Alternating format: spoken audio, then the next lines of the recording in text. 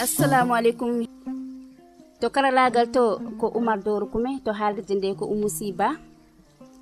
En garti hande e darol men aduna bonani ɓooye.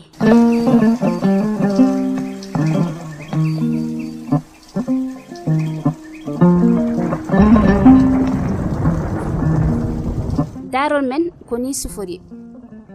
Ko suko gorko goto wonno o wiite ko Hammadi Jarga. Ko joddo ko jontaado ko beldo yiyande. Hammadi Jarga en jogi jawdi lelindi e darindi. Ala fof mu notitako e galle Hammadi Jarga. Omo jogi nayi bey e baali e pucci e gelodi. Hammadi Jarga ala fof ko ala e aduna. Ni woni o notita dum ko nyamakal yen bange endam duhol e kosam ala fof mu notitaake e odo Hammadi Jarga. Hammadi Jarga ene jogi kono no jokki hen endam nde wonnon o uddirani damal makko rawandu. Kala jogido haaju so are makko o humtanma. So tawi o nani, so tawi o nanani, o nani e worbe kadi o humtanma haajuma. Ko ton nyamete, ko ton yarete, tew ko ton yitete, kosam kalam e biredam, ton nebam yitete nde wonnon ko pullo jontaado nanado.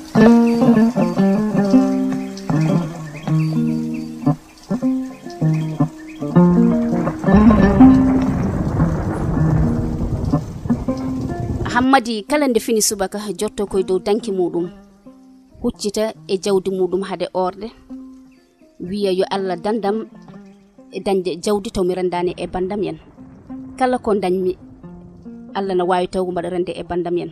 Hammadi Jarga so tawi ɓirdugal buubu jorima hen ni o riwata Allah e makko labde reedu e kadi kala ko dañi ko dendado.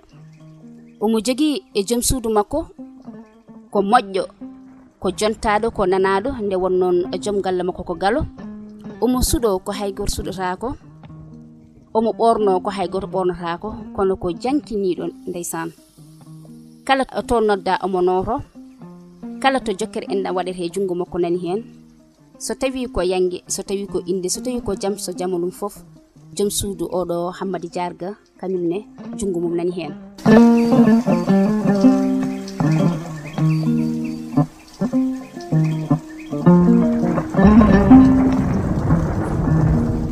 Ebe nguuri ngurdam beldam galle mabbe ene weli ko galeteedo.